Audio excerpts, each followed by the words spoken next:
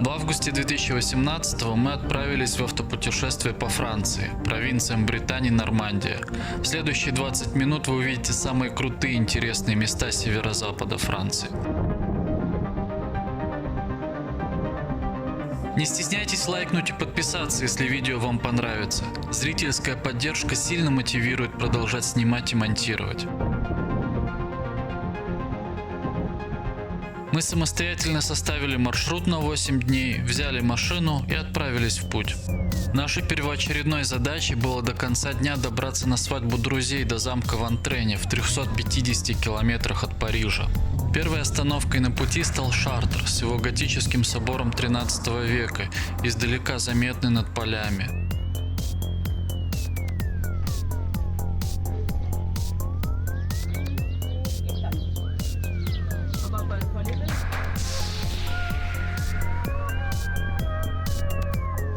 Мы отметили для себя, что после реставрации, когда собор помыли от копоти веков, он стал выглядеть не таким аутентичным. Тем не менее, он абсолютно стоит посещения.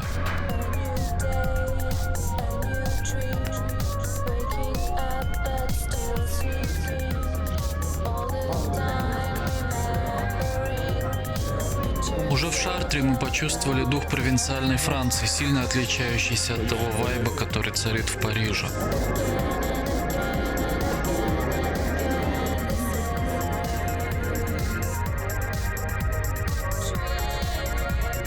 Мы добрались к друзьям до Антрена к вечеру. Более подробное видео оттуда в подсказке сверху.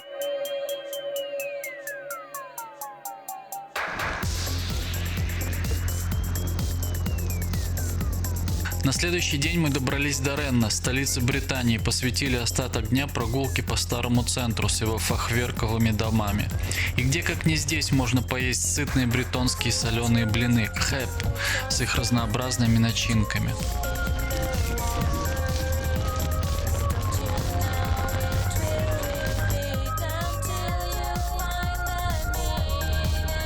Третий день пути мы посвятили прогулке по типично бретонскому ванну, в основном похожему на Рен.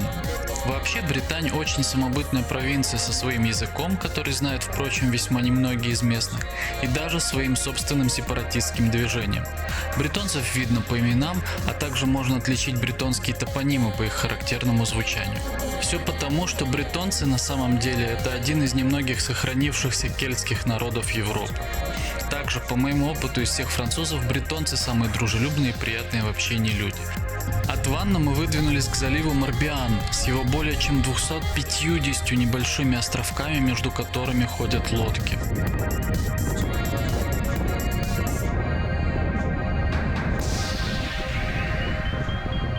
Говорят, что Морбиан входит в число самых красивых заливов мира, но на самом деле Морбиан не очень интересно смотреть с берега, пейзаж довольно плоский. Я подозреваю, что наилучшим способом будет сесть на лодочку и отправиться под парусом по островкам залива. По берегам залива то тут, то там разбросаны мегалитические сооружения немыслимой древности. Одни из самых знаменитых – карнакские камни, некоторые из которых были установлены более 6500 лет назад, еще до кельтов.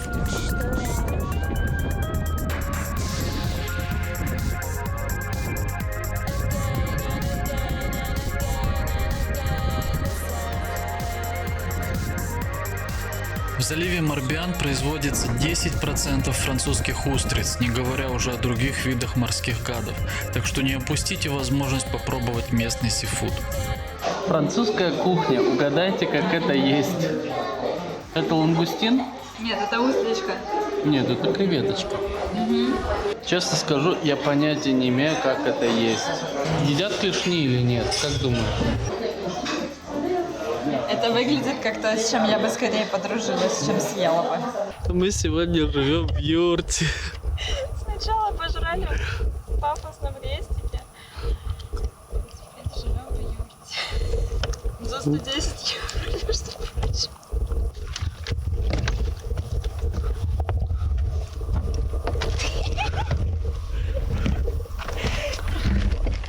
Ну а чё, угарно? Ой, нет, смотри.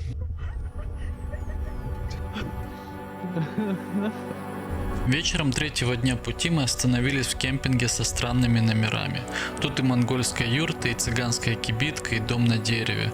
Очень странно, что впервые в монгольской юрте я переночевал именно в Британии, во Франции.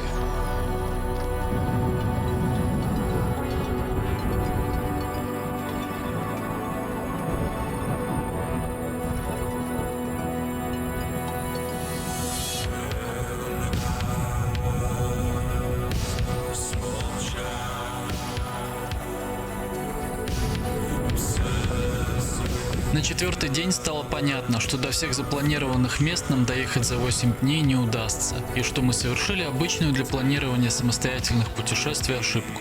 Попытались впихнуть слишком много в короткий трип, что привело к тому, что нам пришлось постоянно выбирать, чему уделить время, и пропуску многих крутых локаций, которые действительно стоило посетить.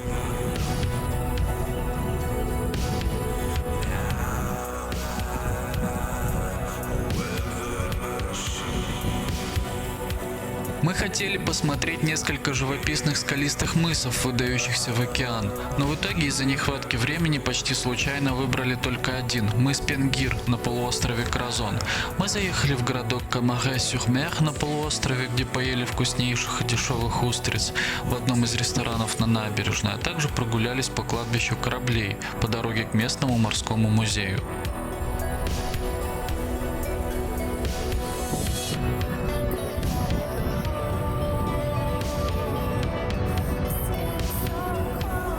От Камаре-сюр-Мер мы доехали до мыса Пенгир. На мой взгляд, мы не прогадали. Пейзаж весьма драматичный, с суровыми скалами, вздымающимися из океана. Чуть не потеряв дрон в борьбе с чайками и ветром, изрезав пальцы в кровь, мы двинулись на ночевку в Брест. В августе Атлантическое побережье Франции расцветает яркими пятнами вереска. Мы не ожидали увидеть столь яркую живописную картину в этих суровых местах. В Бресте у нас даже не осталось сил, чтобы выйти из отеля и посмотреть город.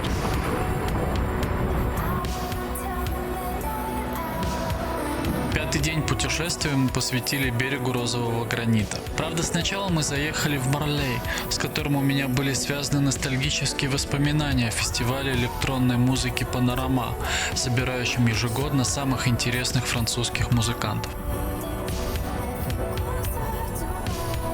Сам город примечателен в первую очередь гигантским железнодорожным мостом, гротескно доминирующим над старым городом. От Марлей мы двинулись к Перос-Гирек. Там становится особенно понятно, почему эти места называют берегом розового гранита. Огромные глыбы на берегу имеют розоватый оттенок, что особенно видно на контрасте с темным цветом воды. Достаточно живописно.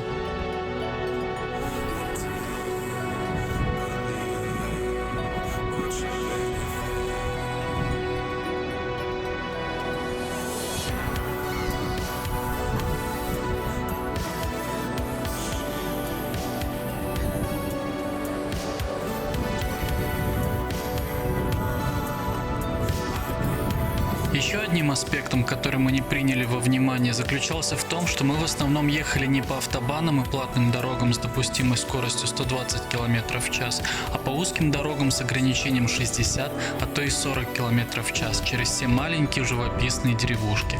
И это нас сильно затормозило, хоть и дало почувствовать дух Франции намного лучше. Одна из особенностей побережья Британии – большая разница в уровне воды во время приливов и отливов. Когда вода отступает, лодки и яхты остаются лежать на дне, как выброшенные на берег рыбины, а жители побережья отправляются на охоту за морскими обитателями приливной зоны. У французов даже есть поэтичное название для всей той живности, которую они собирают – «Fruits de mer» – «фрукты моря».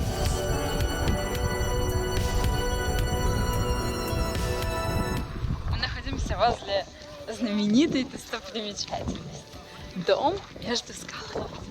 Вообще-то достопримечательность остановиться, сфотографировать и поехать дальше. Но все зачем-то идут обозревать. И мы тоже решили пойти обозревать. Чтобы подготовиться к ситуации, когда все начнут с крыши прыгать. На осмотр разных живописных мест берега розового гранита мы потратили остаток пятого дня путешествия и заночевали в уютном городке Пемполь. одной стороны, было бы прикольно попадлбордиться. С другой стороны, как-то не хочется в воду падать. Я не думаю, что хочу в падлборд. И в воду тоже падать пока не хочу. Холодновато. Скучные мы. Надо сегодня вечером попробовать искупаться. Мы же на море приехали. На море. Ну и что холодно? Купаться. Еще одним открытием для меня стала закалка французов, которые подолгу плескаются в холодных водах океана, который вряд ли прогревается более чем до 20 градусов. Меня, сибиряка, на долгое плавание в холодных водах не хватило. На 6-й день путешествия мы гуляли по заросшему цветущим вереском мысу Фрейль с впечатляющими видами с высоты прибрежных скал на Ла-Манш и форт Лалат, виднеющийся на соседнем мысе. Жаль, что времени дойти до форта совсем не было. Прогулку ничуть не портил ни моросящий дождь, ни шквальный ветер. На этот же день у нас были запланированы Динан и Сен-Мало, но по времени мы укладывались только в один из этих городков, а из-за погоды прогулка по Сен-Мало получилась короткой, грустной и мокрой. Когда мы подъехали к Пуэн-дю-Гуэн, разведнелось, и вдалеке стало видно конечную цель дня пути – Мон-Сен-Мишель.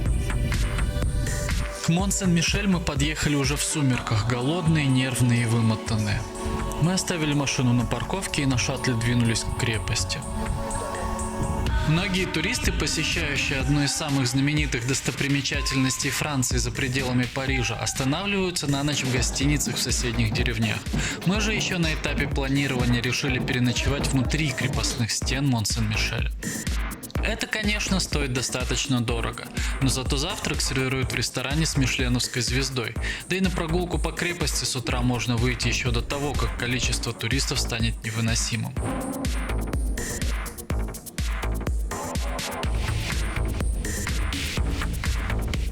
От входа в крепость улица идет вверх и вверх к собору в стиле пламенеющей готики, венчающему крепость на внушительной высоте более 150 метров. Именно образ Мон-Сен-Мишель послужил основой для крепости Минас-Тирит в экранизации «Властелина колец».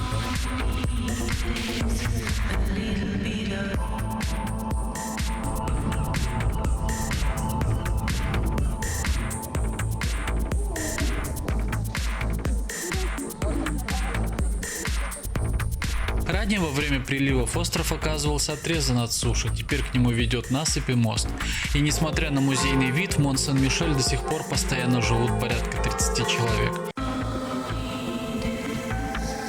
Место потрясающе живописное. Было немного жаль, что на него у нас так мало времени, и мы не попробовали коронное блюдо тех мест, особую ягнятину, которая получается за счет того, что барашки просаливаются еще будучи живыми, пасясь на солончаках. Отдельная фишка этого места – самые сильные в Европе приливы и отливы со скоростью около 6 км в час и высотой до 14 метров. В сочетании с зыбучими песками и частыми туманами они делали Мон-Сен-Мишель неприступным для врагов. Вода делает хоба и наступает. Хоба. Хоба. Хоба.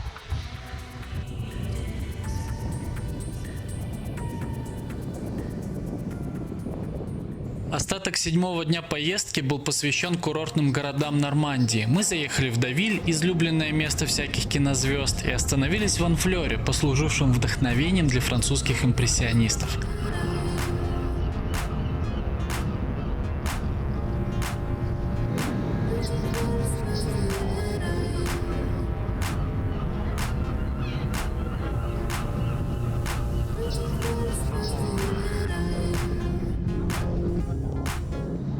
Да. Вообще, курорты Нормандии интересны тем, что не так известны широкой публике, как, например, Лазурный берег, видео с которого можно посмотреть по ссылке выше. Публика очень аристократична, а цены в городках весьма высокие. Это какая-то типа капец уникальная церковь. Ну, она не похожа на все остальное.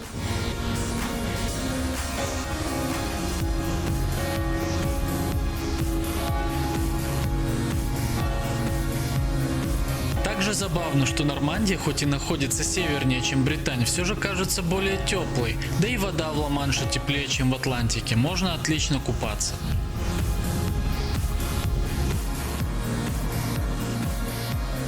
Переночевав в Ван-Флёре в небольшой комнатке над местным бистро, на следующий день мы направились в Этрита, через один из самых длинных подвесных мостов в мире, 2-километровый мост Нормандии, через Сену, которая впадает здесь в Ла-Манш.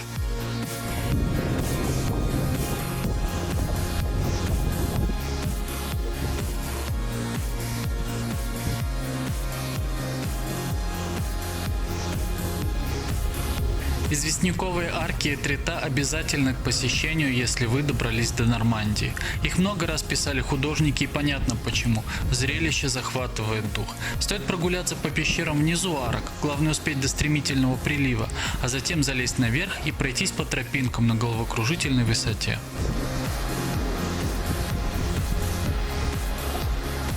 Я в итоге оказался отрезан приливом от берега на скале, так что пришлось намочить кроссовки, чтобы попасть назад.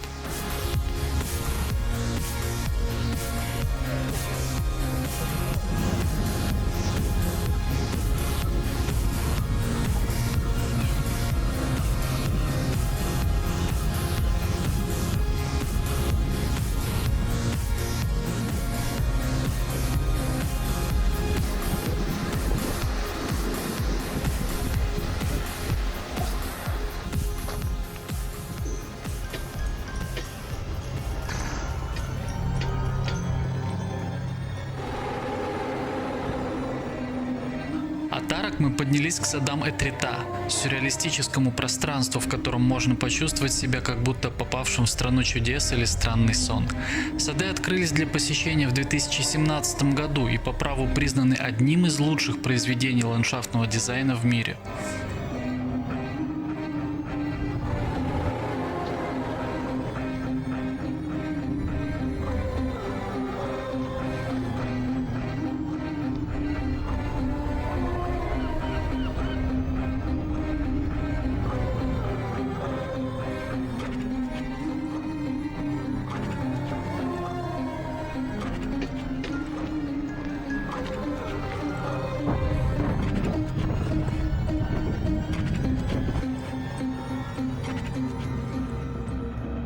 На исходе 8-го дня путешествия мы въехали в Руан, древнюю столицу Нормандии с ее фахверковыми домами и гигантскими готическими зданиями.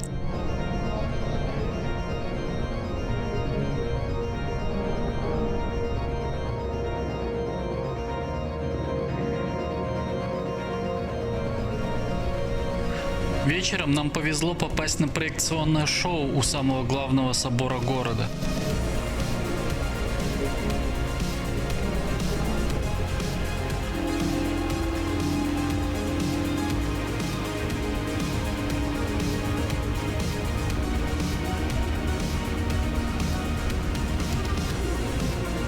С утра, посетив место сожжения Жанны д'Арк и улицу с городскими часами, мы отправились в аббатство Жумьеж. Полуразрушенное аббатство находится неподалеку от Руана и вид свой приобрело после французской революции, когда местные жители просто-напросто растащили его на камни. Восстанавливать не стали, решили, что так красивее. Аббатство Жумьеж стало нашим финальным местом назначения в этом путешествии. Оттуда мы напрямик отправились в аэропорт Орли и покинули Францию. Подытоживая, стоит сказать, что Нормандия и Британь однозначно стоят посещения, если вы любите суровую природу, древние города и сифуд. Этот самобытный уголок Франции не столь заполонен туристами, как Париж или Лазурный берег, но по интересности им ничем не уступает. Я как в сказку попал. Так и есть, дружок. Это сказка? Да?